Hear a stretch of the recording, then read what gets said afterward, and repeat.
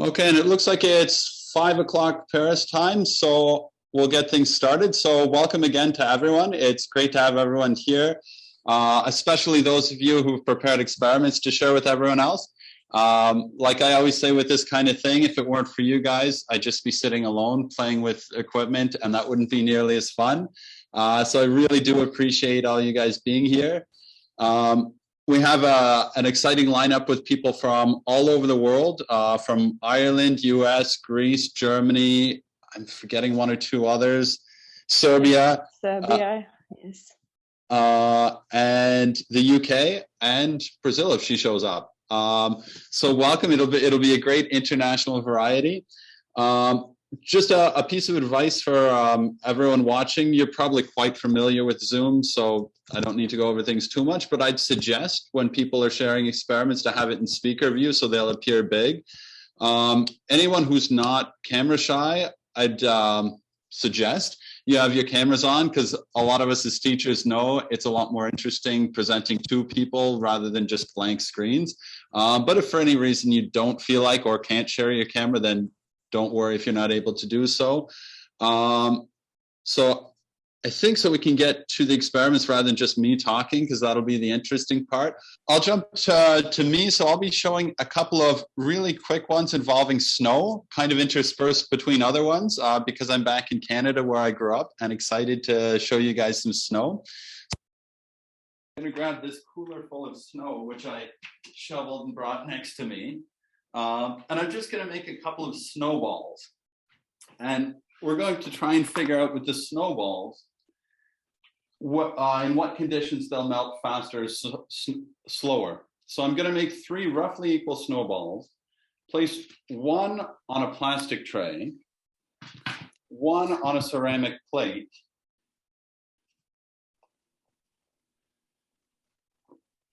and one on a metal tray. And I want you to predict which you think will melt fastest, slowest, and mediumist, if mediumist were a word. So I'm just going to leave these 3 in the background, and once we see Gordana's experiment from Serbia, we'll check into these snowballs. I'll make the plastic one a little bit bigger because it looks like it's smaller. And we're going to see the rate at which these ones melt. So with that set up there, now I'll turn things over to Gordana in Serbia, showing a couple of experiments, which I actually had the pleasure of seeing in person when I visited Serbia last week, and we had a small in-person experiment share. So Gordana, It's great to have you on, and great to see you. Okay, is sound good? Does it sound yeah, good? I can hear you loud and clear. Okay. Thank you. Here is the simplest motor in the world.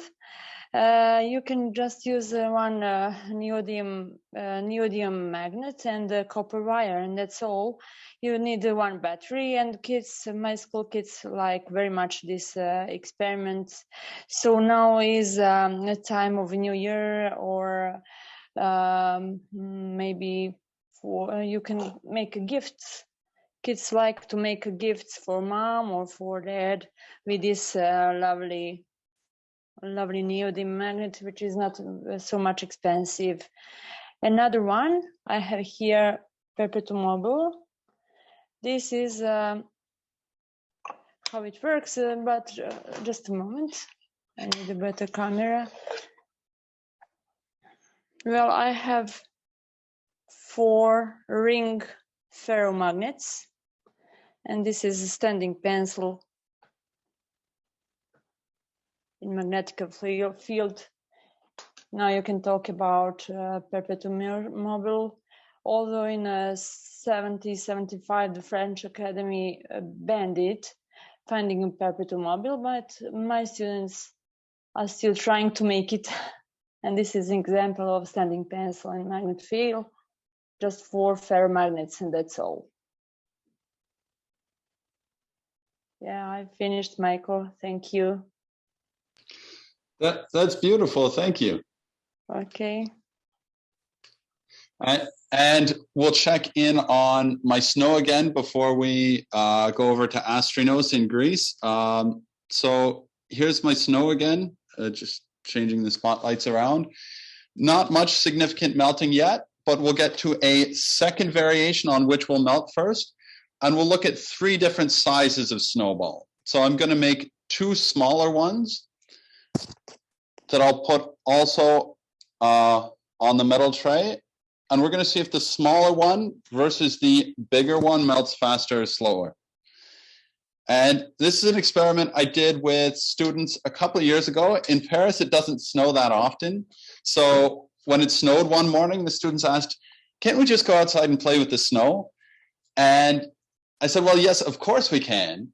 But first, give me 5 minutes to come up with an idea for some sort of experiment so you can do something with the snow rather than just purely play with it. And this was one of many ones we did that day to celebrate it snowing. So I like to incorporate anything that's happening in that day when possible. So if it snows rarely where you are, like in Canada, it wouldn't make sense to do this every day it snows with students. But if it's a rare event and it happens with you guys this year, especially if you have little kids who might enjoy that, it's good to bring in a couple of simple experiments using that. So now we're going to turn things over to Astrinos in Heraklion, Crete, in Greece. And as it was mentioned earlier, he's got a wonderful lab there. That's where I hosted the last experiment share from. So it's great to see you again, Astrinos, and great to have another experiment from you.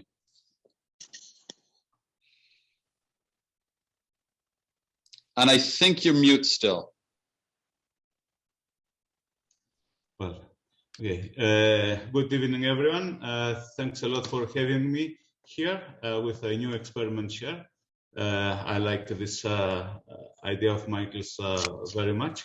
Tonight I'm going to demonstrate the main idea behind what we can and what we can't see. For example, we see things as long as the light gets reflected or refracted. I'm going to use 2 different vegetable oils. This is olive oil, and this is sunflower oil. Don't worry about the possible waste of these oils because they are at least 10 years past their shelf life. They don't smell or taste any good. Otherwise, I wouldn't use it. The best is corn oil for this experiment because it has the same refractive index like Pyrex glass, but unfortunately, the supermarket could not spare any except this sunflower. Well, to put the oils in the 2 vessels. Well, I tried not to make a lot of bubbles, but okay. So here we have olive oil. I will turn my camera so you can see what is happening. You should remember that common glass doesn't have the same effect because its refractive index is higher than the refractive index of this oil. So now I'm going to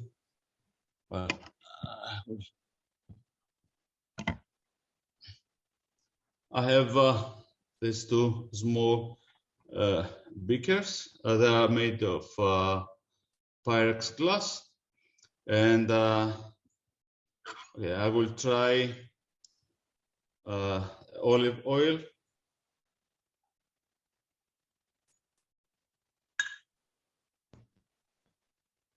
I will put my camera above it so you can see that it is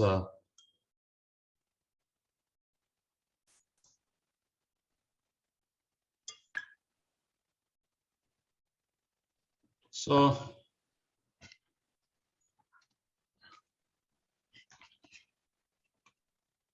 if you can see, they totally disappeared in the oil. Maybe a very close look in the olive oil reveals a ghost image of what is supposed to be this small beaker. I don't know if I can use my mobile's flashlight to see it better. Okay, here you can see a ghost image of the small beaker. Here it has actually disappeared because and if I had corn oil instead of sunflower oil, it would be very difficult to find it even with a pair of tweezers. But I can try to. Okay. Now I think you can see a little bit of it in this angle, and of course this is, and it happens. Of course, when there is some air, you have two different refractions, and you can see it, but when it is filled with oil, it disappears. Well, that's all from me for tonight.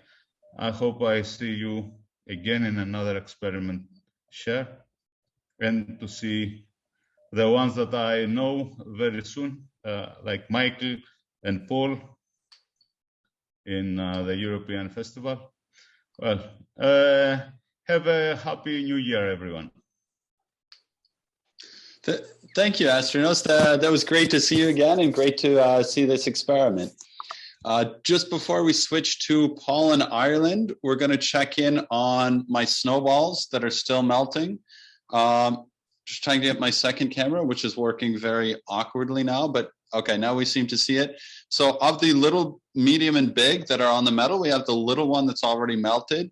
So clearly we see that smaller ones melt quicker than big ones because they have a smaller heat capacity. The middle one is already starting to look small, and we can already see that from metal compared to plastic, the metal, the one that's on metal appears to be melting a little bit first, but not yet very conclusive. One other one that we're going to set up to happen, I guess, in the background while we see Paul's experiments. I'm going to grab one more snowball. And now I'm going to have a glass of water and put the snowball in the glass of water. And we can see that it floats mostly below the surface. And I'm just going to mark the level of the water in the glass. And we're going to see if when it melts, the level of the water increases, decreases, or stays the same. So we're going to leave that one to keep going in the background. And now I'm going to switch things over to Paul in Ireland. And it's great to have Paul join us. He might be familiar to a lot of you, especially if you've seen any of his wonderful webinars or Science on Stage or the excellent resources from Team Ireland. Hopefully he'll mention all of those, so then you'll be excited to check them out as well. Thanks again for joining us, Paul. It's wonderful having you on. Great. Thanks for having me. I have been on a couple of your shares before, and I always learn something new. I'm hoping that some of the good teachers here will learn something new as well. So I've just got some easy experiments just to show you some of my favorites. So this one is called the balloon in the bottle. So I have a balloon in a bottle, and what I'm going to do is I'm going to blow up the balloon. Okay, so here we go.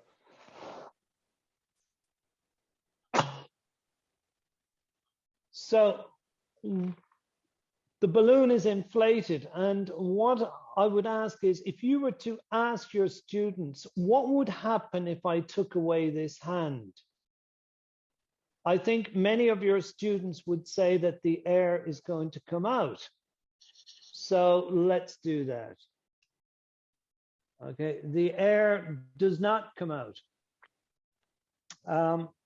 What is in the bottle? Well, it's air or nothing. And I don't know, is this going to work? But you can look inside the bottle. Okay, and it's inflated. Now, This is not an optical illusion because things go into the bottle and they come out. So gravity still works. So we're going to use a little bit of physics to deflate the bottle.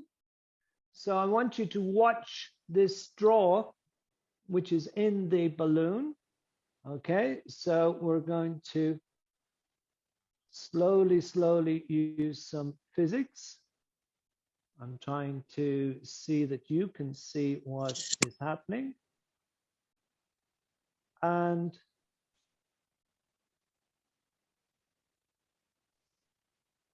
you can see that the balloon deflated. Okay, now I'm sure if you were in the same room as me, I would get lots of applause and we could talk about hands beating off each other and friction, but it's okay, it's okay. I'm sure you're suitably impressed. Okay, it is a trick, and the trick, it's not a trick straw, okay? It is a plastic straw. I could use recycled, but this is plastic. It is an ordinary straw. The balloon is an ordinary balloon. So that leaves one thing that is a trick, and the trick is the bottle. Now, how can the bottle be a trick bottle? Well, I think many of you may know that it would be a trick bottle if there was a hole in the bottle. Okay, there is a hole in the bottle because nobody on this planet could inflate that balloon the way I just did with their lungs. If I close the hole with my finger and try, pathetic. So when we blow in, we inflate and I close the hole with my finger. But what is keeping the balloon inflated? Well, it is the atmospheric pressure which is acting down on us. I put in the straw and I tell you to watch the straw. And if a magician ever tells you to look somewhere, that is not where you should look. I do this wobbly thing with my fingers. Man and mankind has developed to observe things that move. Maybe it's an old hunter instinct in us. So we've evolved to focus on things that move rather than stationary. So while all that is going on, I just carefully let the air back into the balloon and the straw rises. Now this is a glass balloon or glass bottle. I had to drink many bottles of cider before I perfected the technique of drilling the hole. That's the real magic. But if you get a plastic bottle, you can do the same just with a PTE bottle, a plastic bottle. So that's my balloon in the bottle. If anybody has any questions or comments, feel free to put them into chat. And Michael is watching that there. I'm just going to swap over to another camera, if that's okay. Okay. So as Michael mentioned, we are in Ireland, and yes, we love our Guinness, and hopefully you will come to Ireland to drink it there. So my next experiment is, how do we balance these three items on the rim of the glass? Okay, well, time is short, so I will do this fairly quickly. Okay, we push those in there, and then we balance, hopefully, on that you can see onto the rim of the glass. Okay, so that's quite nice. But we are not finished yet. What would your students say if we burnt this piece of the match? Now, please, if you're getting students to do this, do your risk assessment that they don't go home and burn their houses. I think the students would say that the match is going to burn and the fork and spoon are going to fall. But let's see.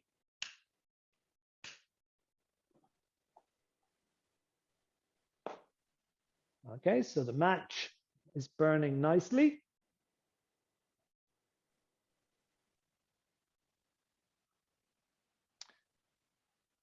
Oh, somebody says only the spoon falls. Okay, and the fork and the match stay there? That would be interesting. But round about now, something interesting happens. The flame goes out. Okay, that is interesting in science when something goes out or fails. Okay, so we ask our students, why did the flame go out when it came to the glass? And as many of you may know, the heat is conducted away from the match, and so it goes out. We need three things for fire. We need oxygen, fuel, but we also need heat. The last thing to do here is to ask your students what would happen if we break the burnt piece of the match. Surely the fork and spoon would fall, but let's do that. A little bit gentle. And it doesn't. So now we can see that not a lot is keeping things balanced there, but we have to remember it is not like balancing same amount on each side. It's more like balancing this toy bird. Bravo. So if we can balance the toy bird where the center of mass is under the beak, maybe we can do the same with the match. Maybe. Voila. Okay. Michael, I have other things, but I'm conscious of time, so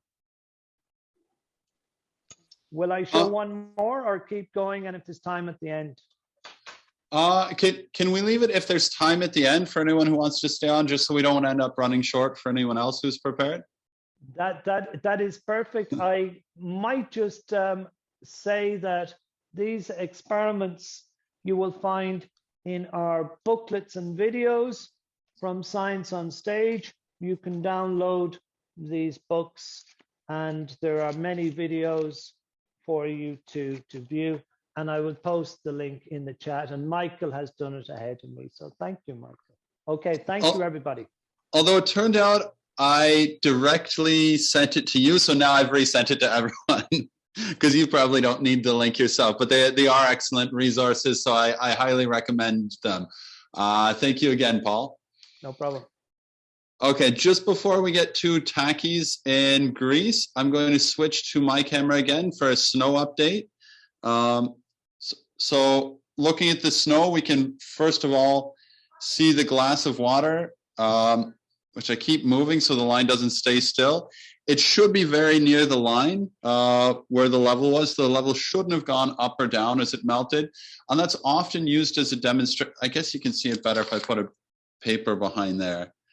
And that's often used as a demonstration for when icebergs or sea-based ice melts, whether or not it should have an impact on sea levels compared to land-based ice, like in Antarctica. If we look at the snowballs we left, then we can see the small one was already melted before. The middle one on the metal is mostly melted. And the big one we see now clearly seems to be smaller than both the one on the ceramic plate and the plastic dish. So we'll check in on those again after we see Takis' experiments from Greece. Takis, are you ready for me to just switch things over to you? Yes, totally. Perfect. Thanks again for joining us. Hi, everyone. Michael, I want to thank you for inviting me. I will be very fast, very brief. This is a vacuum glass lifter. It is used by technicians who want to place big pieces of glass, for example, on a window.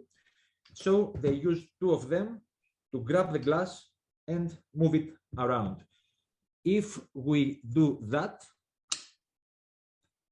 then this elastic membrane goes inside, and we have a type of vacuum here. So it is the atmospheric pressure that sticks this on the glass. They can be quite inexpensive, not expensive. I bought each one for €3 here in Greece. You can find very expensive, but of course you don't need to buy an expensive one. And each one can lift about 25 kilos. So in fact, I can lift my daughter. I have lifted my daughter, in fact. So here, I hope you see it. It's one case with weights. This is a half kilo, etc. So that case weighs about 2.5 kilos. I put that, and after some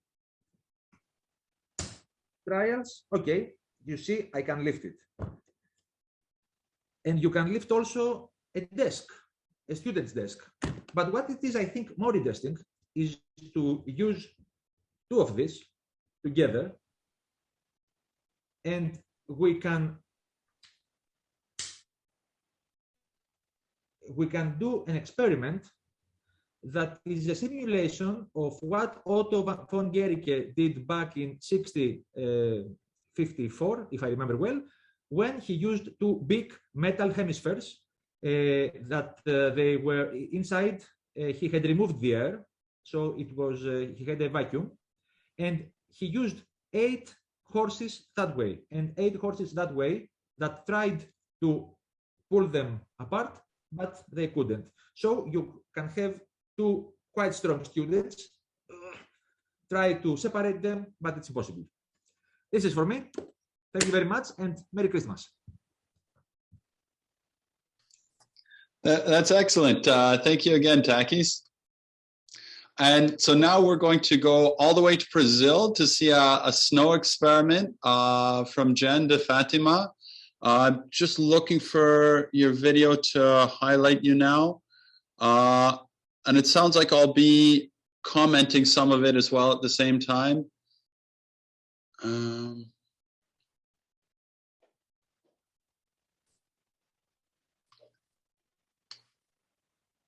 I'm wondering if maybe we've lost you, because I'm not seeing you. If you're here, Jeane de Fatima, please let me know.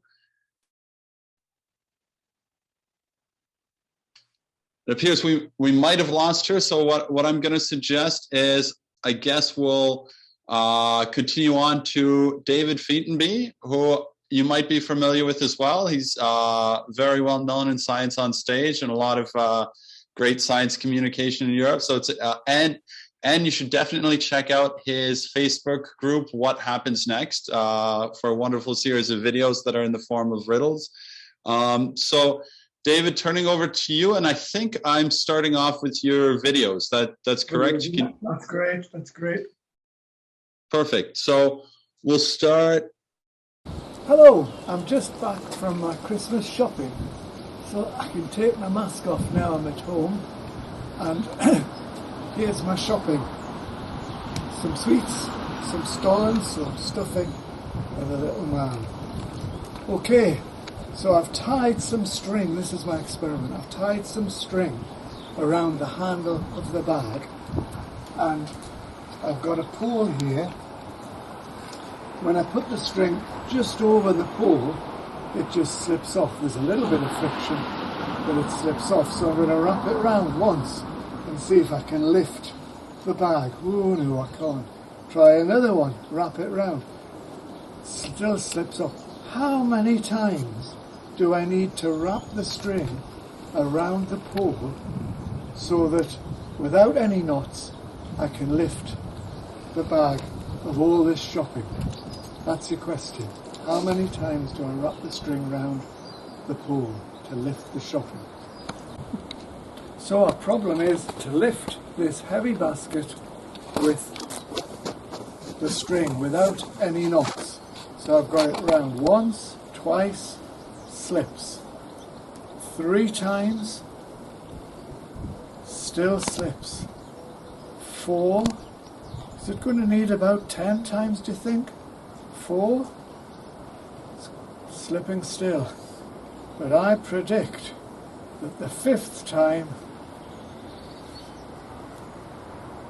I know it's lifting the bag. So the friction on the pole builds up, and 5 times is enough to lift the bag. So working together with 5 is much better than just 1. And if you have any more, it's very easy to lift it up. Okay, that's that. Okay, so come to me now and I'll just do this next bit live. Okay, so just further away. I'm in Christmas mode, you can see everybody. So we do the same experiment with a Christmas pudding. Christmas puddings in England, very heavy, lots of fruit and nuts and so on. And here's the Christmas pudding.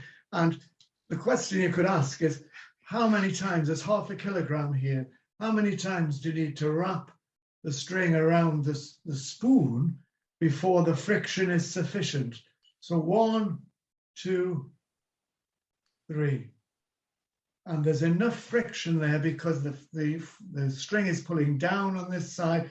The harder it pulls down, the harder the force is across the top, the bigger the friction is. And what I like to do with this experiment, if I go a bit further away, I think you can see me, is I take 2 items. I used to take a china cup and just a few paper clips, but because it's Christmas, we've got, for the heavyweight, a Christmas pudding, and for the lightweight, something small off the Christmas tree, some wood from Palestine. And the question was, what will happen? I'll hold it with my thumb, and I'm going to drop this little weight, this little decoration, and what happens next is the question, which is sort of the website question. And you can watch, if you go to what happens next, I've got this in Facebook in slow motion, but here we go with this one. And what will happen is as the weight goes down, the small weight starts rotating. And as the string gets smaller, in order to keep the angular momentum the same, it starts going faster and faster and faster. And it wraps around the spoon so that the Christmas pudding stops before it reaches the ground. Are you ready? Nothing can go wrong. So I did this in a school a few years ago, and the school took it up and experimented. And the children actually had broken a few cups at home because they all went home and tried and weren't quite as careful. But here we go. Ready, steady. See, it's wrapped around very quickly, and there you can see it's wrapped around the string a few times. So you've got angular momentum, conservation of angular momentum there, you've got friction, and they all come together. And I've used this in lots of different ways. Michael was saying, you're not giving us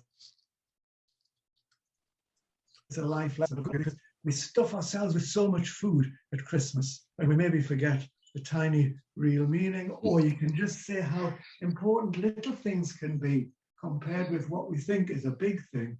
Even a small thing can have a big effect on something that's quite gigantic. So you can give a message with that. But there's a nice bit of science, a nice bit of physics bit of rolling friction and angular momentum together. Okay, hope you enjoyed that. You can try it on Christmas Day. Okay. That's wonderful. Thank you, David. And like I mentioned to everyone else, you should definitely check out his series of videos where he's got lots more that are like framed in just the same way, where you need to predict what will happen next. I know it's a daily, well, not daily, but like a regular highlight of my day, checking out the new videos he has. So I'd highly recommend that. What happens next? Experiments, and then I'll let you in. In fact, what's lovely about even today has been seeing just about all the things I've seen are somewhere in the What Happens Next list.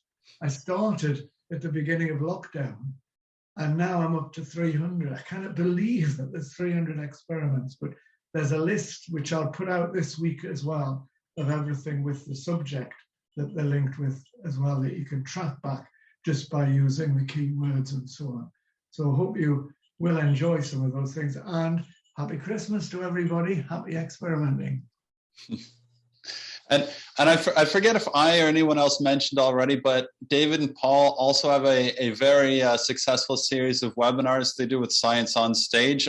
It's not magic, it's science you don't see. They do that with Adrian Allen as well. Do you guys know when part 4 is happening, so we can encourage everyone to sign up for that one? Well, we haven't got to do it. Probably will do it before the Science on Stage, or it might be afterwards, but we just don't know what's going to happen next term.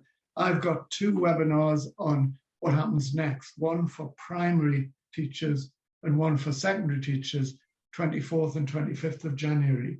And I'm hoping that several different people will join in, much like today. Several teachers will have already offered to do things. So that's something to look forward to. If you poor teachers have the time, I'm sitting retired, my life is a holiday. So. And I'll look for a link for those to add to the chat so we can encourage people to sign up for them if they haven't already. I know me personally, I was planning on signing up for it, and then there's so many things I forgot to sign up. So while I think of it, I'm going to do that today to make sure I get emailed with the reminder and the invitation to join, because I'm sure it'll be great again. Okay, so now we'll turn things back over to my camera to check in with the snow, and then we'll see the snow experiment from Jeane in Brazil. So looking again at the snowballs, we see it's almost not worth looking at them anymore. The one on metal is almost fully melted. And the last snow experiment from me now, I flew in from Paris last night, so of course I brought champagne with me for the holidays. And we're going to look at how we can cool down champagne quicker using snow. So I've got 2 bowls, which are relatively identical. Both going to fill them full with snow.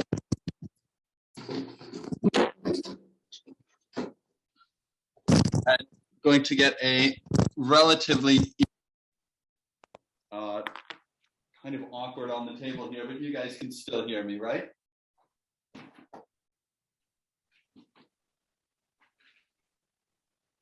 Okay, so a large amount of snow in each bowl.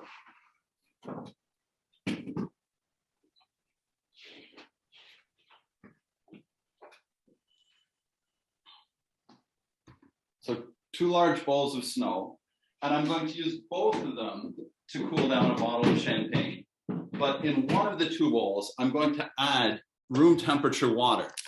So it's nothing more that's cold. It's just that it'll be more liquidy, and I'm going to see which one cools down the champagne quicker. And as I have these bowls set up here, the next question is, how can I tell which one is warmer or colder than the other? And I'm going to use my favorite new toy. So I have a relatively new phone that's got a thermal image camera on it. So I'm just going to turn on the thermal imaging so we can see both are starting at the same temperature. And we're going to compare their temperature afterwards. Okay, so you should be able to see my thermal camera opening up there. And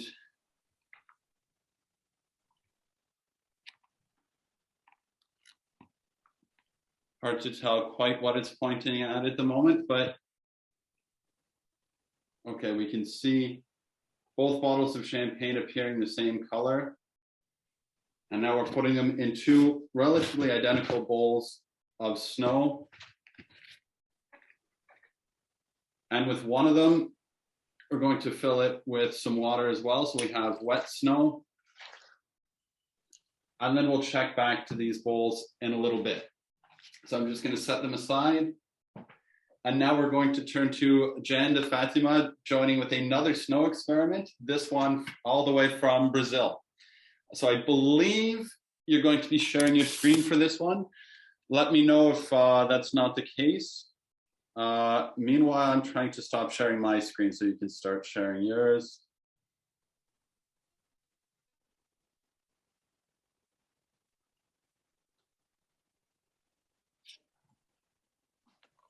Okay, and I've just gotten a little bit more information. So everyone should hopefully be able to see this snowman here. So this is called Olaf in my house, like Olaf the snowman. And the description I'm supposed to help read out is how to produce snow in your home. December is the month of a lot of snow in the northern hemisphere. And here in the southern hemisphere, and here we're from the southern hemisphere in Brazil. In order for students to have contact with snow in a fun way, I've created a simple activity. What is cold? You ask everyone. Here are the students' responses. Let's find out. Olaf is the snowman, and we're going to do it. How can snow be created? To make snow, use an aluminum can, ice, salt, and a flat plate. Place the can on the plate, as we see here. Add 5 tablespoons of salt.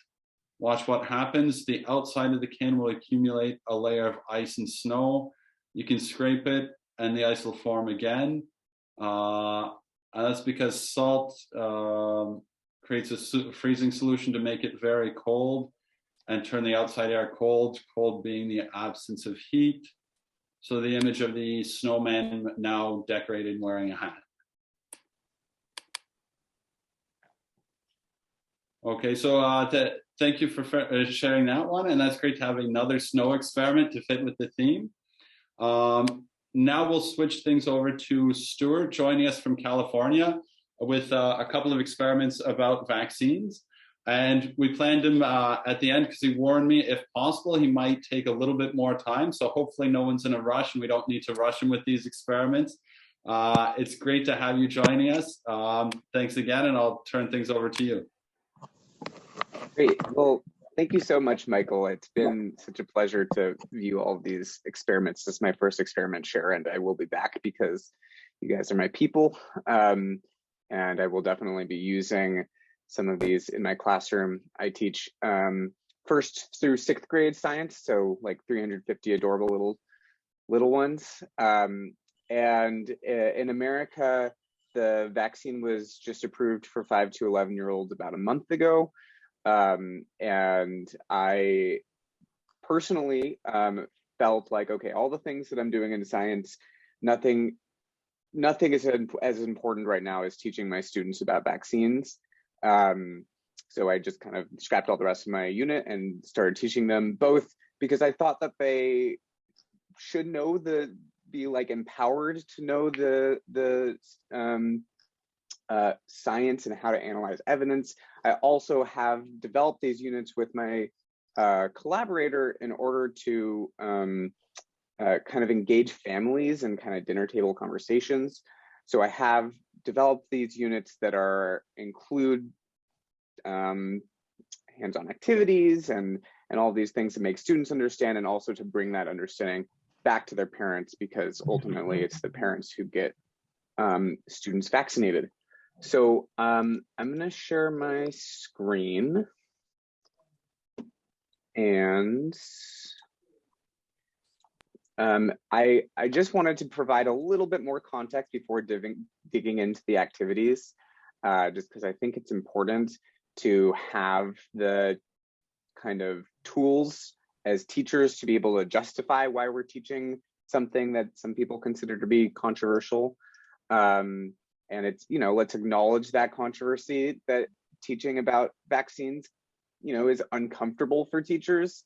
There's pushback that you might get. But personally, I feel like there's a responsibility. And the reason why we came up with these lessons is to be able to make teachers feel comfortable, because, it's hard to teach a complicated subject to children. And so having those resources are important. And the many good reasons include the, urgent public health need. As teachers, we can, help get our community safe and vaccinated, which is great. Personally, I work in a classroom with a population that is very unvaccinated, that public health messaging hasn't reached as much. So I feel like I can reach those communities in ways that many in the public health community is not able to. But then as science teachers, teaching about vaccines is super engaging, because the pandemic has hit us all, and we want, we want to be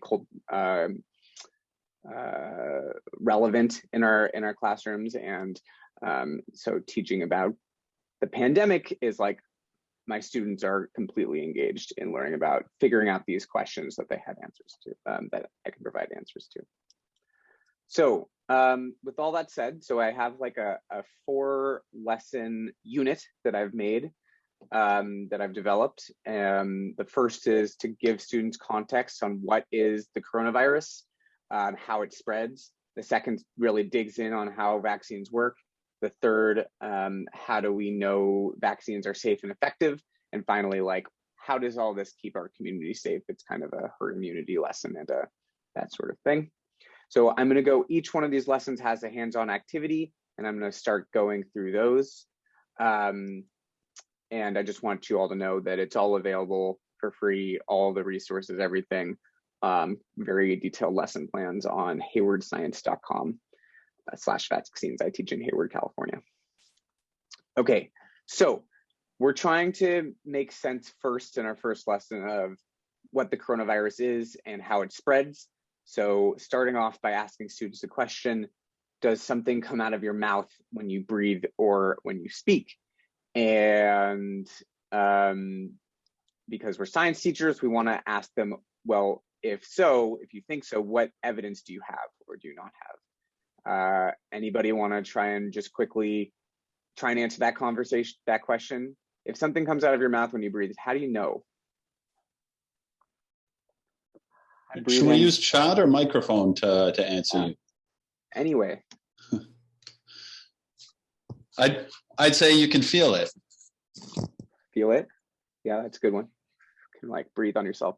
I don't see anything when I'm breathing. Do you ever see your breath? Well, some students might say, I've seen my breath when it's cold, right? So Michael probably sees his breath when he goes outside in that cold winter air in Canada. So that's one way you can see your breath. There's another way we can see our breath that's going to be for our experiment. And so we're going to go outside and stand 6 feet apart. And I'm going to let students take off their masks. If you guys happen to have a mirror with you, I would love it if you grabbed one. I have my little one right over here. And I breathe on my mirror. Let other people do it as well. It's going to be probably hard to see on the screen, but it does fog up. So something is coming out of our mouth that is invisible. We can't see typically. What happens if we put on a mask and then breathe in front of the mirror? I'm actually going to, because this is kind of hard to see on the Zoom screen, probably I made some videos, so I'm just going to show those. So here is me breathing. Without a mask? Without a mask. Fogs up. With the mask? With the mask. Pretty no fog. And mask underneath your nose. With my mask under my nose. I spend half of my time telling my students to put their mask above their nose in my classroom. Okay. So two reasons for doing this. One is just to communicate the idea that there's things in your breath that are invisible and they can affect other people, even if you can't see them. And that's how the coronavirus spreads. Masks. And then the second reason is this idea, okay, well, masks are an important tool, one of the many tools to help prevent the spread of the coronavirus. And you can, if you're, wearing your mask wrong, that breath can still get out and spread. Many students will have masks that aren't really masks. They're kind of like one ply layer of cloth. And this experiment will work. And you should ask them, well, why? Maybe we should talk about with our parents about getting a different, better fitting mask, or one that works a little bit better. So that's experiment one. And Michael, if I'm going too long, just cut me off and I'll come back and do the rest of these at the next experiment share. I did want to share at least my second of my two activities, which is with my mask. This is actually a follow-up to that before I get to my second of two activities, which is I teach little kids. I don't do this with my students because I don't want my classroom being burnt down, but you can do the same thing with candles, right? So without a mask. I don't know if you can hear my sound, but yeah, your sound is coming through well. Okay. Yeah. This is with a mask.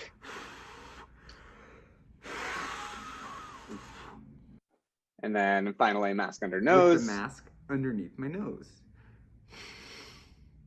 As we can see, the air comes out and can affect the world in different ways. One of which is the force of my breath. Another one is potentially spreading coronavirus. Okay, so then with the mask. I'll skip through the rest of this lesson. There's another kind of smelling activity, and we talk about the size of the virus. By then, students should understand what the coronavirus is on a basic level. So the second lesson talks about how vaccines work. I introduced with a little bit of direct instruction and a video to get started with this basic idea that, the whole coronavirus will hurt your body. If it gets inside of you, it'll make you sick. Vaccines, you take a small little piece of that virus, doesn't get you sick. That little piece compared to the whole thing does not get you sick. Put that little piece in a syringe, put that into somebody's arm, and then that person's body is able to fight off the coronavirus because it's learned the fighting moves is kind of the analogy that I've been using to destroy the coronavirus. So in order to set students up for this model, I thought it's important to kind of give a little bit of direct instruction that I'm just going to give to you guys very briefly about what the immune system is.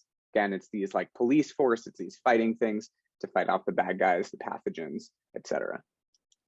So you get something into your body, could be through your mouth, like we were talking about in the last lesson, could be through a splinter getting into your body. And so the guards go off, and they're patrolling inside of your body to kill off the bad guys. Bad guys get in through the splinter. Your immune system does a great job most of the time killing off those bad guys. This is like a normal infection process. Sorry for the little bit of direct instruction, but I thought it was important to set up the model, which is we are going to be pretending that our body is like a plate, or a tray is what I use because I have trays in my classroom, but not all students do, not all teachers do. And the big bad invaders are going to be a large bean in this model, and our immune systems are going to be forks. I teach little kids, so I am not teaching about the different kinds of immune cells, T cells and B cells and all that. We've made it a little bit simpler by just saying, fork, that's your immune system. So I'm going to turn on my doc cam right now in a second. So Michael, if you could spotlight my document camera as well. But basically the idea is that you are going to be getting those beans out of your body using your immune system as fast as you possibly can in a minute. So see if I can turn on this video. It's not working when I want it to. There we go. And let's turn this around. So, yep, this always happens when you don't want this to happen. Okay, we're gonna forget about the document camera. I'm just gonna hold it up. So we've got beans in our plates, right? And forks are pretty good tools, immune system tools, to get them out, and students have fun trying to get those out as quickly as possible, okay? So then part 2 of this experiment or this model rather, is to add, oh, and here's a quick video. Go. Students are able to get out those beans pretty quickly. That's with some of my students. Go.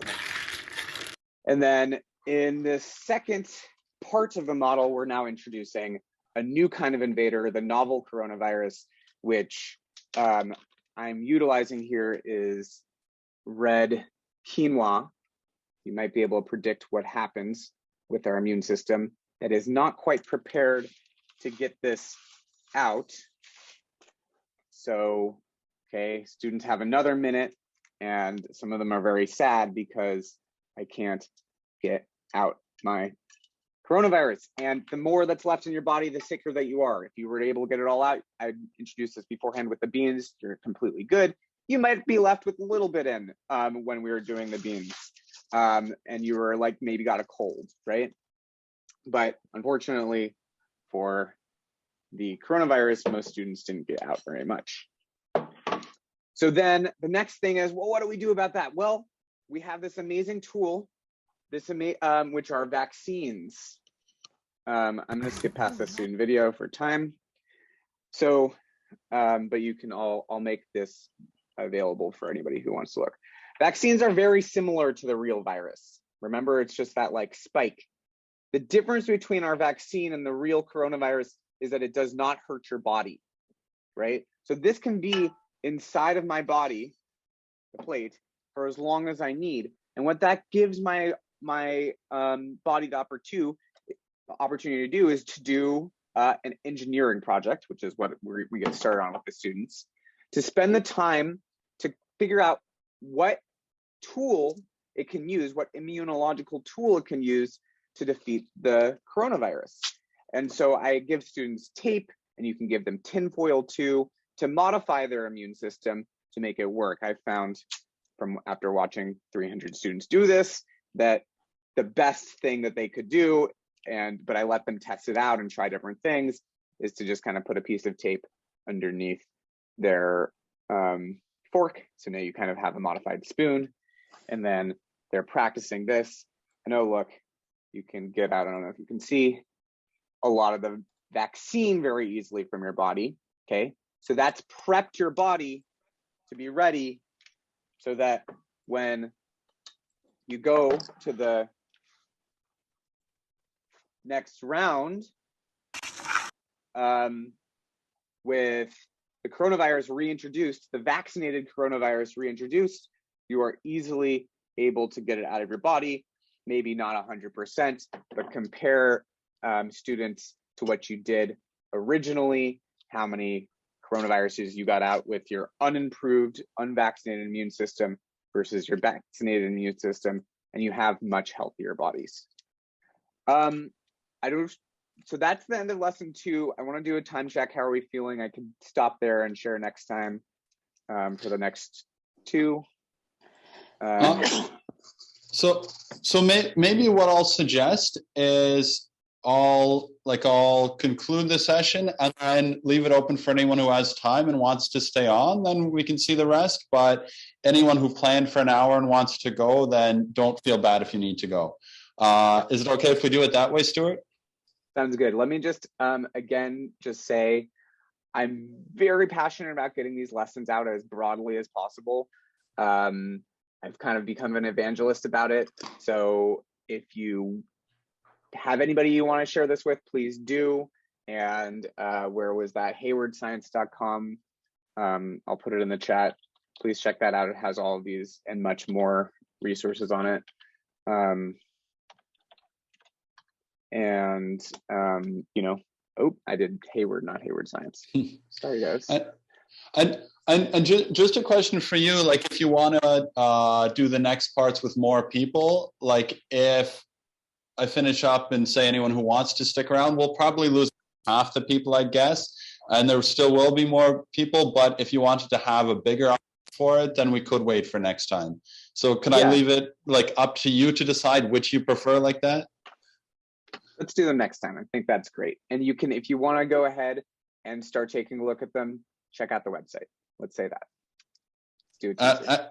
Excellent. Perfect. And this has been really great having these experiments for you. Like it's a great topic and great to show students how we can use science to understand what's going on in their day-to-day lives.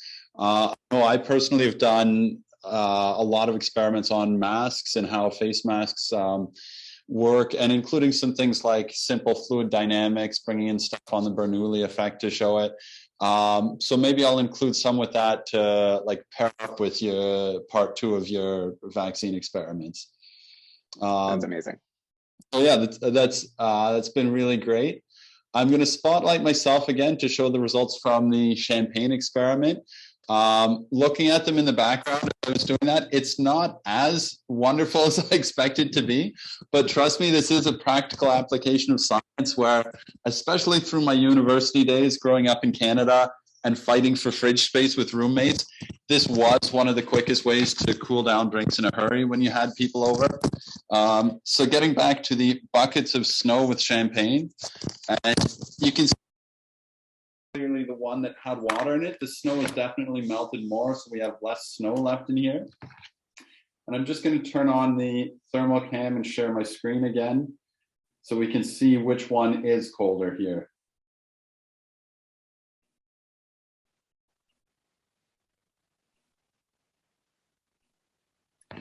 Okay, so thermal cam appearing side by side. So the one that was in the snow or the slush, and already we see there's a temperature gradient across the bottle, but it seems the bottom part appearing like dark blue, we have it down to about 1 degree, which is a perfect serving temperature for champagne. The one that was further up in the snow, we see the bottom's nice and cold, but it looks slightly warmer. So it's not conclusive that this was amazing and it worked perfectly, but we get an idea that by adding the water, then we were able to increase the conductivity. So without decreasing the temperature, we were able to cool down a bottle of champagne quicker that way. So that should be the last experiment to conclude this experiment share. I want to thank everyone again for joining in, both as participants and especially everyone who presented experiments. And one piece of homework that, of course, I'm not going to check up on whether or not you guys do this, but that I request you strongly consider doing, is to try and repeat at least one of the experiments you saw, because it's fun to sit around with teachers and see them. But if we're not getting things like this into classrooms, then it loses a lot of its point. So please do try and repeat at least one, if not all of these experiments in your own teaching. Also another like add-on to that request that I know I love when it happens, if you do repeat it, then let us know, because it always makes my day when someone contacts me and says, hey, I tried this experiment I saw in your webinar or that you showed in person, if it worked well, also if it didn't work well. And that's great to hear from someone who says, yeah, it didn't work as well as it was supposed to. Do you have ideas on how I can improve it? And often hearing different ways something fails helps me a lot in my own teaching. So please do get in touch if anything goes wrong or if anything goes right. It's always great to hear that people are actually doing experiments. The last two things to mention, I'm putting a link in the chat for a document with written descriptions and materials to repeat these experiments. So most of the presenters who presented experiments contributed to this document. So some of you, when you're like looking for ideas to do experiments, you might not want to look through the whole recording again, but you might want to think, okay, how did they do that one? So a written list can be useful that way. I've also recorded the session. I'll be putting it online on my YouTube channel, and I'll send out a link to everyone who registered. If any of the presenters don't want any of what you presented included, try and let me know within the next day or two. So I'll just edit that out if anyone's not comfortable being shown. Some people are more comfortable than others. Then the last two things to mention before I say goodbye is the next experiment share is coming up January 12th at 5 Paris time or Central European time. So same time as before, but trying a weekday. There were a lot of people who requested trying out on weekdays as well. So I'll send out a link to register for that at the same time as the recording. I think that's all the things I wanted to mention. If anyone has anything they want to mention, especially if you want to plug your own webinar announcement, things like that, please feel free to jump on the mic or put something in the chat. Anyone have announcements for their own projects they want to share?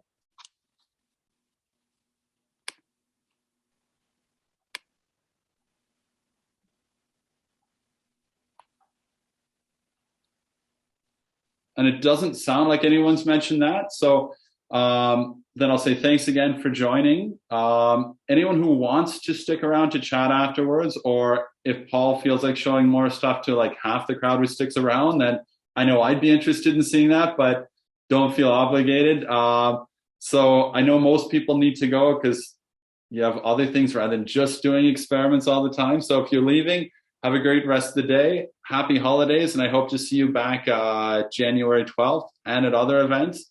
And anyone who wants to stick around, please feel free to stick around. But I'll say, thanks again for joining. So Paul, were you up for sharing another experiment with Sure. anyone who's sticking around? Sure, no problem. I've got thousands of experiments, or at least it feels like that. Let me change the camera.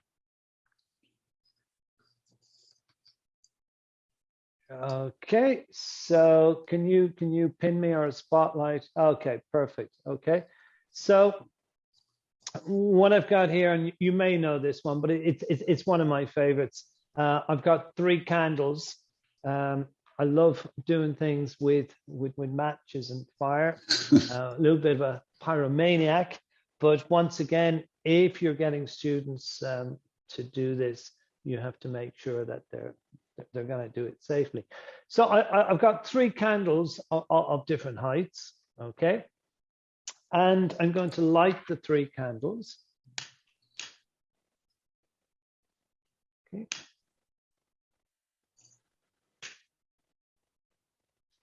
Okay, so the 3 of them, let me see if I can get a better angle. The 3 of them are lit, okay? Okay. And this is the lid of a jar. So I'm going to place the lid of the jar over the candles, okay? And well, we ask our students what's going to happen. And I think most of our students are going to say, yeah, the candles are going to go out. But then we ask, are they all going to go out at the same time? And why are the candles going to go out? And hopefully our students will realize that when you burn something, carbon dioxide is mainly formed, and that carbon dioxide is used in fire extinguishers. I don't know, have we many people left? Oh, we've 18 people, or 18 on the call. Brilliant. So what I'm going to do is I'm going to put the lid onto the candles, and we'll see which ones go out first. And what I'd like everybody to get ready in the chat, not yet, but when I call 3, 2, 1, I'd like them to vote on which candle is going to go out first. And we can do this just by letter. So we've got B for big, M for medium, and S for small. So the question again is, which candle is going to go out first? Remembering that carbon dioxide is produced. Okay, so get ready, please. And on the count of 3, I want you to vote which one is going to go out first. So everyone votes at the same time, so no going with the majority. So 1, 2, 3, vote. Okay, so we've got some big, we've got some small, we've got some small. We've still got some people maybe trying to find those letters on the keyboard. Give you another couple of seconds before we actually do the experiment. We'll build up the tension. Okay, nobody going for the middle or the medium, which is interesting. Oh, change, Stuart. Why not change your vote to middle? Okay, yeah. We need a good distribution. Okay, great. Okay. It can be possible to have the middle one go out last, but I don't think you can set it up to have it go out first. Okay, yeah, there's no deception here, I have to say. There's no trickery. Okay, so let's do the experiment, and hopefully you'll be able to see, okay? So I'm going to just put it on. Hopefully you can still see. And the tall one, or the big one went first, okay? And the last one went really, really quickly, but the last one should have been the smallest. It should have been the smallest, okay? And we'll come back to that in 1 second, but there's something else that you can do with your students if you do this experiment. Inside in the jar, if you get somebody to put their fingers in there, it actually feels wet, because when you burn anything, water is produced. That may be petrol or diesel in a car coming out the fuel pipe, or when we burn our food and we respire, water is produced. So there's added bonus there for doing this experiment. We actually do produce water in there. Okay, so back to the 3 candles. The tallest went first because carbon dioxide is produced, and carbon dioxide is a bigger molecule. It's CO2, which is a bigger molecule than just oxygen, but the carbon dioxide is heated, and so it becomes less dense, and the carbon dioxide raises to the top of the actual jar. And there's a really good safety note that if you're on an aircraft or in a burning building, you're always told to go down low, because that's where the oxygen is going to be. So they were my 3 candles in a jar. So I don't know if anyone has any comment on the experiment, or does the carbon dioxide throw a little bit of a red herring? It's meant to. But yeah, lots of you got it right, so well done. That's great. Thank you, Paul. And one variation that I've done, because I was fascinated when I first saw that, because the first time I saw that experiment, I guessed that it would be the small one because of the carbon dioxide. And then when the tall one went out, I didn't like that. And so I wanted to think of different ways you could make the small one versus the tall one be the one to go out first. And of course, if you vary the size of the jar, so like I've done it with a big aquarium. And if you do it with a big aquarium and the tallest candle isn't that tall, then the carbon dioxide has enough time to cool that it will fill from the bottom up. So you can vary it depending on how small your candle is, how big your candle is, how big the flame, how big the quantity of air. And I've even rigged it up so that I had the top one go out first, then the bottom one, and the middle one was the last one left burning. But that's fairly finicky. So it's awkward to get it to do that, but like it's possible to play around with that as well, which is kind of fun to play. Yeah. Well done. Yeah. No, I was. I don't know if I'd go into that much. The kind of jar I have, but yeah, I can imagine if you had it in an aquarium, it could. Yeah, that's nice. You got me thinking there. Great. Well, and a tip for anyone trying it out, because sometimes I haven't had a glass jar or a glass aquarium that worked well, but don't try it with a plastic one. I've burnt a hole in so many plastic containers, like underestimating the amount of heat you get coming out of a candle. So it's, yeah, definitely do it with glass. The lab tech at my school isn't happy with some ruined aquariums, like plastic aquariums, not only from that experiment, but several other things I've done without thinking through properly. Cool. Well, that's been a great note to end things on. Does anyone else have anything they'd like to say or share before I close the session?